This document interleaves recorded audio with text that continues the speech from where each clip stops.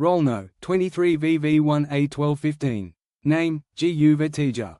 Topic: Buffer Overflow Attack 1. Introduction. Computer system. It acts as an intermediate storage area between different components such as the processor, memory, and input/output devices. Buffers help in managing data efficiently by holding it until the system is ready to use it. For example, when a user types data using the keyboard, the input is first stored in an input buffer before the program reads it. Similarly, when data is read from a file or received from a network, it is stored in a buffer before processing. In programming languages like C and C++, character arrays are commonly used as buffers. What is buffer overflow? A buffer overflow happens when a program stores more data in a buffer than its allocated size. Since every buffer has a fixed amount of memory, it can hold only a limited quantity of data. When this limit is exceeded, the extra data flows into nearby memory locations that are not meant to store it. As a result, important memory areas such as variables, function pointers, and return addresses may get overwritten. This can change the normal behavior of the program and may cause errors, unexpected results, or system crashes. In serious cases, attackers can intentionally use buffer overflow to insert malicious code and take control of the system. Types of buffer overflow attacks are stack-based attacks. A stack-based buffer overflow occurs in the stack memory, which is used to store function calls, local variables, parameters, and return addresses. When a program writes more data into a stack buffer than it can hold, the extra data overwrites nearby memory locations on the stack. In this type of attack, attackers mainly target the return address of a function. By overwriting this return address with a malicious address, they can control the flow of program execution.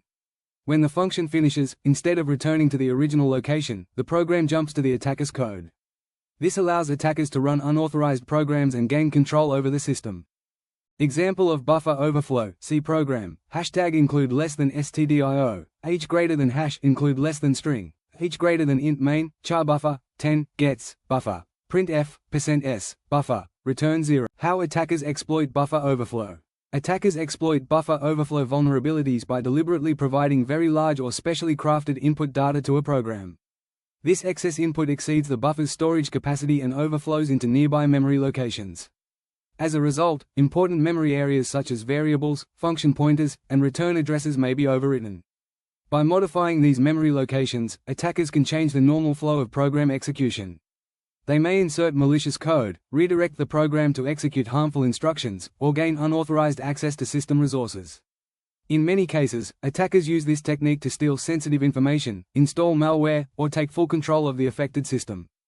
Prevent buffer overflow attacks. Programmers should use safe input functions that limit the amount of data entered into a buffer. For example, functions like fgets and scanf with proper format specifiers should be used instead of unsafe functions like gets. These safe functions help ensure that input does not exceed the buffer size.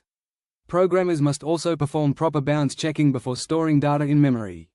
This means verifying the length of input and making sure it fits within the allocated buffer. By checking limits, programs can avoid writing extra data into unauthorized memory areas. In addition, modern security mechanisms such as address space layout randomization (ASLR) and stack canaries should be enabled. ASLR randomly arranges memory locations. Conclusion: buffer overflow attacks are serious threats caused by improper memory handling. Secure coding practices can significantly reduce these risks. 9. References 1. Operating System Textbook 2. OWASP Security Guide 3. C. Programming Documentation.